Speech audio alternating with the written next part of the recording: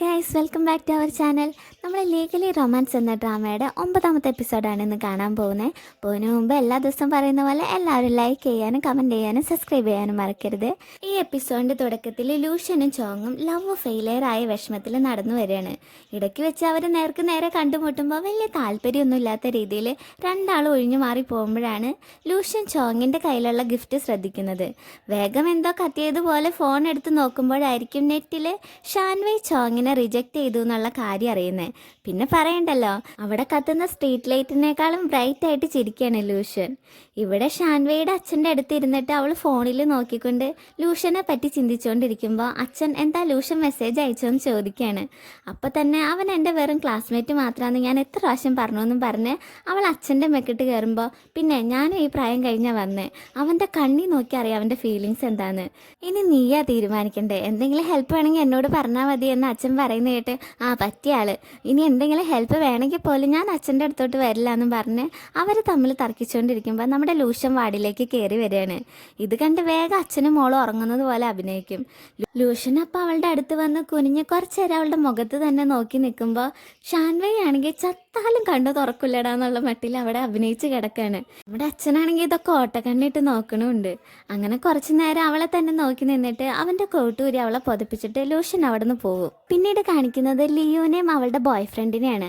അവർ badminton കളിക്കാൻ വേണ്ടി വന്നേക്കായിരിക്കും. Badminton ലിയോൻ്റെ favourite ഗെയിമാണ്, നന്നായിട്ട് കളിക്കാനും അറിയാം. പക്ഷെ മേഡം ഇവിടെ ഒന്നും അറിയാത്ത പോലെ നിന്ന് അഭിനയിക്കുകയാണ്.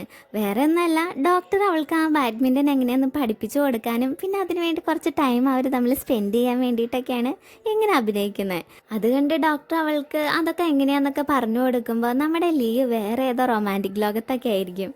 അങ്ങനെ ഗെയിം സ്റ്റാർട്ട് ചെയ്ത് കഴിയുമ്പോൾ അവരൊക്കെ നന്നായി കളിക്കുന്നത് കണ്ടിട്ട് ആവേശം കയറി നമ്മുടെ ലിയോ അഭിനയമൊക്കെ മറന്ന് അവരുടെ കൂടെ ശരിക്കും പ്രൊഫഷണലായി തന്നെ കളിക്കാൻ തുടങ്ങും. അങ്ങനെ കളിച്ചുകൊണ്ടിരിക്കുമ്പോൾ അവൾ അവിടെ വീണ് കാലുളുക്കുന്ന കണ്ടിട്ട് ഡോക്ടർ അടുത്തേക്ക് വന്ന് നോക്കുന്നുണ്ടെങ്കിലും ഗെയിം കണ്ടിന്യൂ ചെയ്തില്ലെങ്കിൽ തോറ്റു പോകും എന്നുള്ള കാര്യമൊക്കെയാണ് ആളുടെ മനസ്സിൽ.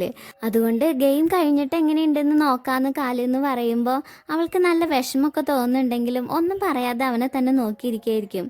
ഇത് കണ്ടുകൊണ്ട് നിങ്ങളിത് എന്ത് ബോയ് ഫ്രണ്ടാ, അവളുടെ കാല് ഒളിക്കിയിരിക്കുമ്പോൾ ഗെയിമാണോ തനിക്ക് പ്രധാനമെന്നും പറഞ്ഞുകൊണ്ട് ഡോക്ടറിനോട് ദേഷ്യപ്പെട്ടുകൊണ്ട് നമ്മുടെ ചുവാൻ അവിടേക്ക് വന്ന് അവളെ എഴുന്നേൽപ്പിച്ച് ഒരു സ്ഥലത്ത് കൊണ്ട് ഇരുത്തും.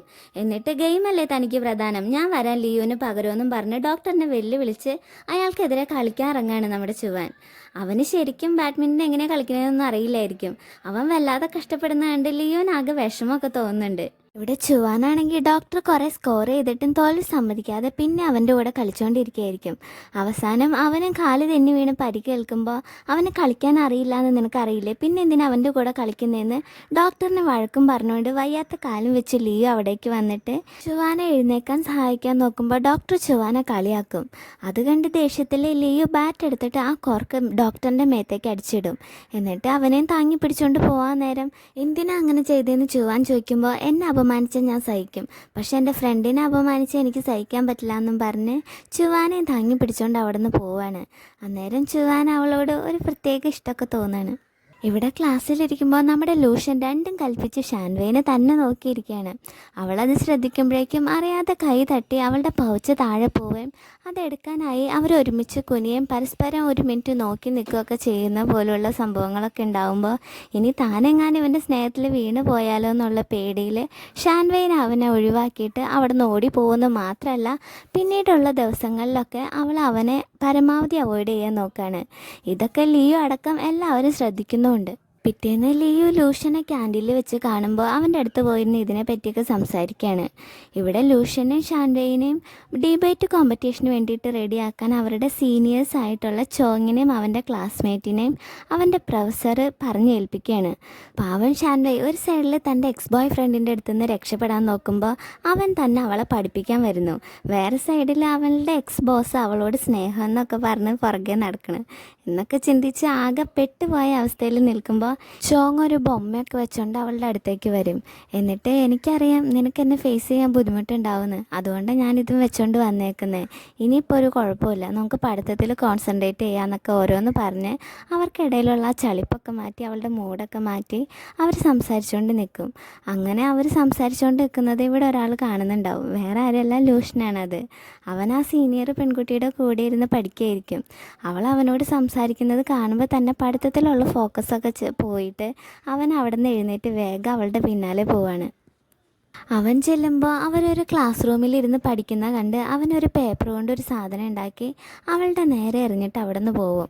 അന്നേരം അതേപോലെ ഒരു സാധനം പണ്ട് അവൾ ക്ലാസ്സിൽ പഠിക്കുമ്പോൾ അവളുടെ നേരെ അവൻ എറിഞ്ഞതും അന്നേരം അതെന്താ സാധനമൊന്നും മനസ്സിലാവാതെ ഷാൻവേയ് ലിയോനെ കാണിക്കുമ്പോൾ നിന്നെ കളിയാക്കാൻ അവൻ ഉണ്ടാക്കി എറിഞ്ഞതായിരിക്കും, അത് തിരിച്ചെറിഞ്ഞേക്കുന്ന അവൾ പറയുന്നത് കേട്ട് ദേഷ്യത്തിൽ അതും വേറെ കുറച്ച് പേപ്പറും കൂടി അവൻ്റെ നേരെ ചുരുട്ടി എറിയുന്നതും അവൻ അവളെ ആകെ അന്തം വിട്ട് നോക്കുന്നതൊക്കെ ആ സമയത്ത് അവൾ ഓർക്കാണ്. ഇപ്പോൾ പ്രസൻസിലും ഇത് കാണുമ്പോൾ ഇപ്പോഴും അവൻ എന്നെ കളിയാക്കാണെന്നും പറഞ്ഞ് മുഖം വീർപ്പിച്ചിരിക്കുമ്പോൾ ഈ അവസരം മുതലാക്കി നിന്നെ അവൻ ഒരു കോമ്പറ്റീറ്റർ ആയിട്ട് പോലും കാണുന്നില്ല എന്നാണ് ഇതിൻ്റെ അർത്ഥം. അതിന് നീ നന്നായി പഠിച്ച് ജയിച്ച് അവന് കാണിച്ചു കൊടുക്കണമെന്ന് ചോങ് പറയുമ്പോൾ ഷാൻവേ നിന്നെ ഞാൻ കാണിച്ചു തരാടാന്നുള്ള മട്ടിൽ വേഗം ഇരുന്ന് പഠിക്കുകയാണ്. പിന്നീട് ലൂഷ്യൻ വരുന്ന സ്ഥലത്ത് വെയിറ്റ് ചെയ്ത് അവനെ കണ്ട് ആ പേപ്പർ അവൻ്റെ നേരെ എറിഞ്ഞിട്ട് ഞാൻ നിന്നെ എന്തായാലും തോൽപ്പിക്കും, പോരാത്തതിന് അവൻ 10 വർഷം കൊണ്ട് നേടിയ എല്ലാ അച്ചീവ്മെൻറ്റ്സും അവൾ ഭാവിയിൽ നേടാൻ പോകുന്ന കാര്യങ്ങളായിട്ട് എണ്ണി എണ്ണി പറഞ്ഞിട്ട് ദേഷ്യത്തിൽ അവിടെ നിന്ന് പോകുമ്പോൾ ലൂഷ്യന് ചിരി വരികയാണ്. പിന്നീട് ഷാൻവേ ഹോസ്പിറ്റലിൽ വരുമ്പോൾ അച്ഛൻ റിക്കവറായി വരികയാണെന്നും ഒന്നും പേടിക്കാനില്ല എന്നൊക്കെ പറഞ്ഞ് നേഴ്സ് അവളോട് സംസാരിച്ചുകൊണ്ട് നിൽക്കുകയാണ്.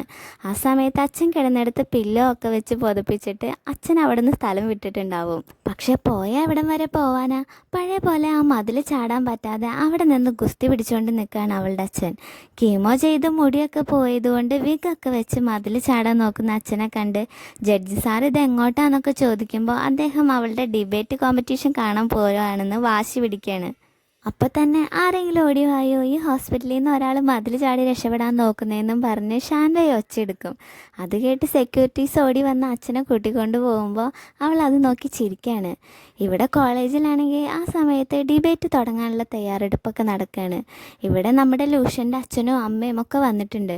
ലൂഷ്യനോട് അമ്മ ഷാൻവേയിനെ പറ്റി ചോദിക്കുമ്പോൾ അവൾ ഇപ്പം തന്നെ വരുമെന്ന് പറയാണ് ലൂഷ്യൻ.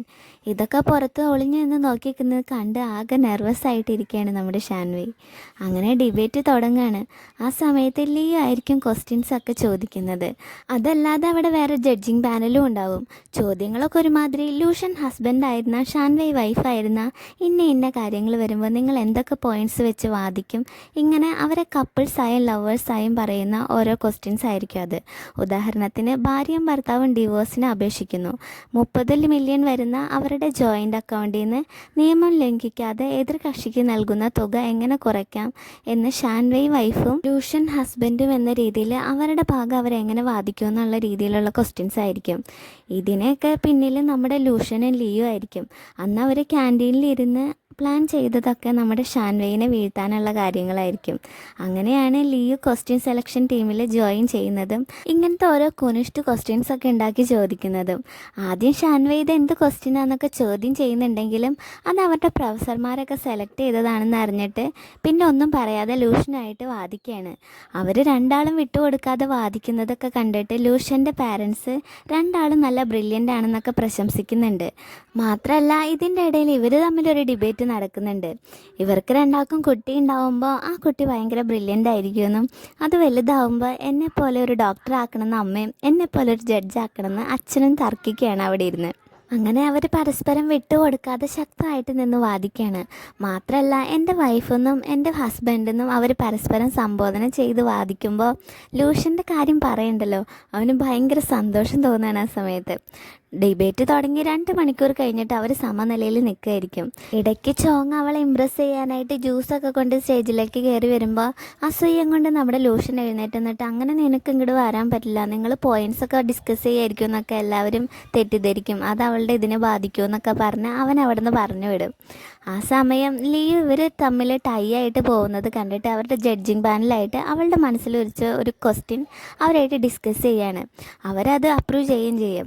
ലിയോൻ്റെ തലയിൽ ഒരിച്ച ക്വസ്റ്റ്യൻ എന്ന് പറയുമ്പോൾ പിന്നെ അറിയാലോ അതെങ്ങനെയുള്ള ക്വസ്റ്റ്യൻ ആയിരിക്കുമെന്ന്. ഇപ്പോൾ കല്യാണ കാര്യങ്ങളൊക്കെ വരുമ്പോൾ ലോ സ്റ്റുഡൻസിന് പൊതുവേ ഡിമാൻഡ് കുറവാണ്. ഒരു ലോ സ്റ്റുഡൻ്റ് എന്ന നിലയിൽ തൻ്റെ സ്ട്രെങ്ത് എന്താണെന്നൊക്കെ പറഞ്ഞ് ലൂഷ്യനെ ഇംപ്രസ് ചെയ്യിക്കാൻ ഷാൻവേ നോക്കണം. അതുപോലെ ലോ സ്റ്റുഡൻറ്റിൻ്റെ പ്രപ്പോസൽ അക്സെപ്റ്റ് ചെയ്താലുണ്ടാകുന്ന ഹിഡൻ ട്രബിൾസിനെ ഷാൻവേനെയൊക്കെ പറ്റി പറഞ്ഞ് ലൂഷൻ ഷാൻവേനെ റിജക്റ്റ് ചെയ്യണം. ഇതാണ് ലിയോൻ്റെ തലയിൽ ഉദിച്ച് അവർക്ക് വാദിക്കേണ്ട ആ വിഷയം. ഷാൻവേ അപ്പോൾ ലോ സ്റ്റുഡൻ്റ് എന്ന നിലയിൽ ഞാൻ വളരെ ബ്രില്യൻ്റ് ആണ്, ഭാവിയിൽ നമുക്ക് കുട്ടികളൊക്കെ ഉണ്ടാകുമ്പോൾ അവരും നല്ല ബ്രില്യൻ്റ് ആയിരിക്കും, അതുകൊണ്ട് ലോ സ്റ്റുഡൻറ്റിനെ കല്യാണം കഴിച്ചാൽ നിങ്ങൾക്ക് ഭാവിയിൽ നല്ലതേ വരുള്ളൂ എന്നൊക്കെ പറയുകയാണ് അവനോട്. അതെ അതെ, ആ ബ്രില്യൻസ് വെച്ചാണല്ലോ നീ ഇത്തിരി മുമ്പ് ഉള്ള ഡിബേറ്റിൽ ഈ ലോ വെച്ച് തന്നെ എൻ്റെ പ്രോപ്പർട്ടീസൊക്കെ തട്ടിയെടുക്കാൻ നോക്കിയത് എന്നൊക്കെ പറഞ്ഞാൽ അപ്പം തന്നെ റിജക്റ്റ് ചെയ്യും. അന്നേരം അങ്ങനെയൊന്നല്ല, ഭാവിയിൽ നമ്മൾ ലോ സ്റ്റുഡൻസിന് പരസ്പരം സംസാരിക്കാനായിട്ട് ഇഷ്ടം പോലെ കോമൺ ടോപ്പിക്സൊക്കെ ഉണ്ടായിരിക്കും. മാത്രമല്ല നമുക്ക് ഒരിക്കലും ബോറടിക്കില്ല, നമുക്ക് പരസ്പരം സംസാരിക്കാനും വാദിക്കാനും ഒന്നും ഒരു പ്രശ്നം ഉണ്ടാവില്ല എന്ന് ഷാൻവേ പറയുന്നത് കേട്ട് അപ്പം തന്നെ 3 മണിക്കൂറായി നമ്മളിപ്പോൾ സംസാരിച്ച് തുടങ്ങിയിട്ട്, ഇനി നീ തളർന്നില്ലെങ്കിലും ഇതിനെ പറ്റിയൊക്കെ വാദിച്ച് ഞാൻ തളർന്നു എന്നും പറഞ്ഞുകൊണ്ട് അവനപ്പം തന്നെ തിരിച്ചടിക്കും. അന്നേരം ഭാവിയിൽ നീ ഒരു ലോയർ ആവുമ്പോൾ ഒരു ലോ സ്റ്റുഡൻ്റ് എന്ന നിലയിൽ എനിക്ക് നിന്നെ പല രീതിയിലും സഹായിക്കാൻ കഴിയുമെന്ന് അവൾ വാദിക്കുമ്പോൾ എനിക്ക് കൂടെ സംസാരിക്കാൻ കഴിയുന്ന സ്നേഹമുള്ള ഒരാളെയാണ് വേണ്ടത്, അല്ലാതെ ലോ പോയിൻ്റ് ഡിസ്കസ് ചെയ്യാൻ ഞാൻ കമ്പനി ഒന്നും സ്റ്റാർട്ട് ചെയ്യുന്നില്ല. അങ്ങനെ ലോ പോയിൻറ്റ്സ് ഒക്കെ ഡിസ്കസ് ചെയ്യാൻ എനിക്ക് ആരെങ്കിലും ആവശ്യം വന്നു കഴിഞ്ഞാൽ ഞാൻ നിന്നെ എൻ്റെ അസിസ്റ്റൻ്റായിട്ട് നിയമിക്കാം എന്ന് പറഞ്ഞിട്ട് അത് റിജക്റ്റ് ചെയ്യും. അവസാനം പറയാനൊരു പോയിൻറ്റും ഇല്ലാതെ ഷാൻവേ തോൽക്കുമെന്നുള്ള അവസ്ഥ വരുമ്പോൾ കൗണ്ട് ഡൗൺ സ്റ്റാർട്ട് ചെയ്യുകയാണ്. അന്നേരം ലൂഷൻ ചാടി എഴുന്നേറ്റ് ഞാൻ തോൽവി സമ്മതിക്കുന്നു, നിനക്കെൻ്റെ ഗേൾഫ്രണ്ടായിട്ട് ഇരിക്കാം, ഷാൻവേ നീ ജയിച്ചു എന്ന് പറയുകയാണ് അവൻ ആ സമയത്ത്. ഇതൊക്കെ കണ്ട് അവിടെയുള്ളവരൊക്കെ ആകെ അന്തം വിട്ട് നിൽക്കുകയായിരിക്കും. അവിടെയുള്ള എല്ലാവർക്കും മനസ്സിലായിട്ടുണ്ടാവും അവൻ മനഃപൂർവ്വം തോറ്റു കൊടുത്തതാണെന്ന്. അങ്ങനെ ഷാൻവേ അവളുടെ പ്രപ്പോസൽ വെക്കുന്നതും അവൻ അത് അക്സെപ്റ്റ് ചെയ്യുന്നതും പോലെയാവും കാര്യങ്ങൾ. ആ സമയം അവിടെ എല്ലാവരും ചിയർ ചെയ്യുകയും പാർട്ടി ബോംബ് പൊട്ടിക്കുകയൊക്കെ ചെയ്യുമ്പോൾ ഇതൊക്കെ കണ്ടുകൊണ്ടും കേട്ടുകൊണ്ടിരിക്കുന്ന നമ്മുടെ ചോങ്ങും ശീശിനും മാത്രം ഒട്ടും ഹാപ്പി അല്ല. നമ്മുടെ ലൂഷനാണെങ്കിൽ ഈ സമയത്ത് ഷാൻവേയുടെ അടുത്ത് ചെന്ന് അവളുടെ കൈ പിടിച്ച് ഐ ലവ് യു എന്ന അർത്ഥത്തിൽ 3 പ്രാവശ്യം അമർത്തും. ഈ സമയത്ത് നമ്മുടെ ഷാൻവേ എന്ത് ചെയ്യണമെന്നറിയാതെ ആകെ ചങ്കിടിച്ച് ഒരേ ഒരു ഇരിപ്പായിരിക്കും. പിന്നീട് കാണിക്കുന്നത് നമ്മുടെ ഷാൻവേയുടെ വിജയം ആഘോഷിക്കാനായിട്ട് നമ്മുടെ ലിയോ എല്ലാവരും ഒരു റെസ്റ്റോറൻറ്റിലേക്ക് ക്ഷണിച്ചേക്കാണ്. ഷാൻവേ വേഗം ലൂഷൻ്റെ അടുത്തിരിക്കാതെ വേറെ ഒരു പയ്യൻ്റെ അടുത്ത് പോയിരിക്കുമ്പോൾ ലൂഷൻ വന്ന് ആ പയ്യനെ ഒന്ന് തുറച്ച് നോക്കി ഒന്ന് ഇരുത്തി മൂളുന്നതൊക്കെ കണ്ടിട്ട് പാവം ആ പയ്യൻ വേഗം അവിടെ നിന്ന് എഴുന്നേറ്റ് സീറ്റ് മാറിക്കൊടുക്കും. അന്നേരം ഒരു പയ്യൻ അവൾക്ക് ബിയർ ഒഴിക്കാൻ പോകുമ്പോൾ അവൻ അത് തടഞ്ഞ് ഷാൻവേ ഇതൊന്നും കുടിക്കില്ല, ചൂടുവെള്ളമാണ് കുടിക്കാമെന്നും പറഞ്ഞ് ഒരു ബോയ് ഫ്രണ്ടിൻ്റെ സ്വാതന്ത്ര്യം എടുത്ത് അവളോട് പെരുമാറും. ഇതൊക്കെ കണ്ട് എല്ലാവരും അവളെ പതുക്കെ ഒന്ന് ടീസ് ചെയ്യുന്നുണ്ട്. ഷാൻവേ അപ്പോൾ വേഗം അവനെ അവോയ്ഡ് ചെയ്യാൻ വേണ്ടിയിട്ട് അവളുടെ അടുത്തിരിക്കുന്ന സീറ്റിലെ പയ്യൻ്റെ അടുത്തോട്ട് നീങ്ങിയിരുന്ന് സംസാരിക്കുമ്പോൾ ആ കസേരപ്പാടെ തൻ്റെ അടുത്തേക്ക് വലിച്ചിട്ട് അവളോടുള്ള പോസസീവ്നെസ് കാണിക്കുകയാണ് നമ്മുടെ ലൂഷൻ. ഇത് കണ്ട് എല്ലാവരും ചിരിക്കുമ്പോൾ ഷാൻവേ ഇപ്പോൾ വരാമെന്നും പറഞ്ഞ് അവിടെ നിന്ന് തടി തപ്പും. അങ്ങനെ പുറത്ത് നിൽക്കുമ്പോൾ നമ്മുടെ കാമുകൻ അവിടേക്ക് വരികയാണ്. എന്നിട്ട് എൻ്റെ ലവ് ലെറ്ററിന് ഇതുവരെ എന്താ റിപ്ലൈ തരാത്തെ, വേഗം റിപ്ലൈ താന്ന് പറയുകയാണ് അവളോട്. അവളും അതിനെപ്പോഴാണ് നീ എനിക്ക് ലവ് ലെറ്റർ എഴുതിയെന്ന് ചോദിക്കുമ്പോൾ അവൻ്റെ പോക്കറ്റിൽ നിന്ന് അവൻ അന്ന് പേപ്പർ കൊണ്ട് ഉണ്ടാക്കിയ ആ സാധനം എടുത്തിട്ട് അത് തുറന്ന് അവളുടെ കയ്യിൽ കൊടുക്കും. അപ്പോഴാണ് ഷാൻവേക്ക് അത് അവൻ എഴുതിയ ലവ് ലെറ്റർ ആയിരുന്നു എന്ന് മനസ്സിലാവുന്നത്. പാവൻ ലൂഷൻ, ഇത് അവളെ കളിയാക്കാനുള്ള സാധനമാണെന്ന് കരുതിയിട്ട് എത്ര പ്രാവശ്യം അവൾ അവൻ്റെ മേലേക്ക് അത് വലിച്ചെറിഞ്ഞിട്ടുണ്ട്. ഇതൊക്കെ കാണുമ്പോൾ ചുമ്മാ രക്ഷപ്പെടാൻ വേണ്ടിയിട്ട് നിനക്ക് ആ ശീശിനല്ലായിരുന്നോ ഇഷ്ടം, നീ അന്ന് ആ കൺസേർട്ടിനുള്ള കപ്പിൾ ടിക്കറ്റ് മേടിച്ചത് അവൾക്ക് വേണ്ടിയിട്ടല്ലേ എന്നൊക്കെ ചോദിക്കുമ്പോൾ ഞാൻ നിന്നെയാണ് ഇന്ന് ഇഷ്ടപ്പെട്ടിരുന്നത്, കോൺസേർട്ട് ടിക്കറ്റ് മേടിക്കാൻ പോയത് നമുക്ക് വേണ്ടിയിട്ടായിരുന്നു, ശീശന് എൻ്റെ കൂടെ വരണം എന്നായിരുന്നു ആഗ്രഹം, പക്ഷെ നീ ഇല്ലാത്തതുകൊണ്ട് ഞാൻ പോയില്ല, നീ ആ ചോങ്ങിനെ ഇഷ്ടപ്പെടുന്നു എന്നാണ് ഞാൻ വിചാരിച്ചുകൊണ്ടിരുന്നത്, അതുകൊണ്ടാണ് കോൺസേർട്ടിൻ്റെ കാര്യം ഞാൻ നിന്നോട് പറയാതിരുന്നത്, ഞാൻ ഇതുവരെ എൻ്റെ മനസ്സറിഞ്ഞാണ് നിന്നെ സ്നേഹിച്ചിരുന്നത്, നീയാണത് മനസ്സിലാക്കാതിരുന്നത്, ഇനിയെങ്കിലും എൻ്റെ ചോദ്യത്തിന് മറുപടി താ എന്ന് പറയാണ് ലൂഷൻ. ചോങ്ങിനെ അവളെ സ്നേഹിക്കുന്നില്ല എന്നറിഞ്ഞോടുകൂടി നമ്മുടെ ലൂഷൻ ഇപ്പോൾ നല്ല ബോൾഡായിട്ടുള്ള വേറെ ലെവലിൽ റൊമാൻറ്റിക് പേഴ്സണാണ്. അപ്പോൾ അവളും നോക്ക് നമ്മുടെ ഇഷ്ടങ്ങൾ വേറെ വേറെയാണ്, എനിക്കതാ ഇഷ്ടം നിനക്ക് ഇതാ ഇഷ്ടം എന്നൊക്കെ ഓരോ ലൊട്ടിലൊടുക്ക് ന്യായങ്ങൾ പറയുമ്പോൾ അവനും നിനക്ക് എന്ത് ഇഷ്ടമാണെങ്കിലും ഞാൻ അതിനെതിരല്ല, ഞാൻ അതുമായിട്ട് അഡ്ജസ്റ്റ് ചെയ്യുമെന്ന് പറയും. അത് കേട്ട് അവളും നമ്മുടെ ക്യാരക്ടേഴ്സ് തന്നെ വേറെ വേറെയാണ്, ഞാൻ കാശിൻ്റെ കാര്യത്തിൽ ഒരു കഞ്ചൂസാണ്, നീ ആണെങ്കിൽ മനസ്സറിഞ്ഞ് എല്ലാവരെയും സഹായിക്കുമെന്നൊക്കെ അവർ തമ്മിലുള്ള ഡിഫറൻസിനെ പറ്റിയൊക്കെ ലെക്ചർ എടുത്തുകൊണ്ട് നിൽക്കുമ്പോൾ എനിക്കുള്ളതൊക്കെ നിനക്കുള്ളതാ, എനിക്കൊന്നും വേണ്ട, നിൻ്റെ ഈ ക്ലാസ്സൊക്കെ ഒന്ന് മതിയാക്കിയിട്ട് എനിക്കുള്ള മറുപടി എന്ന് അവൻ പറയും. ഇത് കേട്ട് പിന്നെയും അവൾ ഓരോന്ന് പറഞ്ഞ് അവനെ ഒഴിവാക്കാൻ നോക്കുകയാണ്. അവനും അപ്പോൾ വേഗം അവളെ പെട്ടെന്ന് ഹഗ് ചെയ്തിട്ട്, നോക്ക്, തുടക്കം മുതലേ എനിക്ക് നിന്നെ മാത്രമേ ഇഷ്ടമുള്ളൂ. ഇതുവരെ ഞാൻ നിന്നെ മാത്രമേ സ്നേഹിച്ചിട്ടുള്ളൂ. ഞാൻ നിന്നോട് ഒന്നിനു വേണ്ടി മത്സരിക്കാൻ ആഗ്രഹിക്കുന്നില്ല. കാരണം എൻ്റെ മനസ്സ് എത്രയോ മുന്നേ നിൻ്റെ മുന്നിൽ തോറ്റുപോയി എന്ന് പറഞ്ഞിട്ട് അവൻ്റെ കയ്യിലുള്ള ഒരു മിഠായി എടുത്ത് അവളുടെ നേരെ നീട്ടും.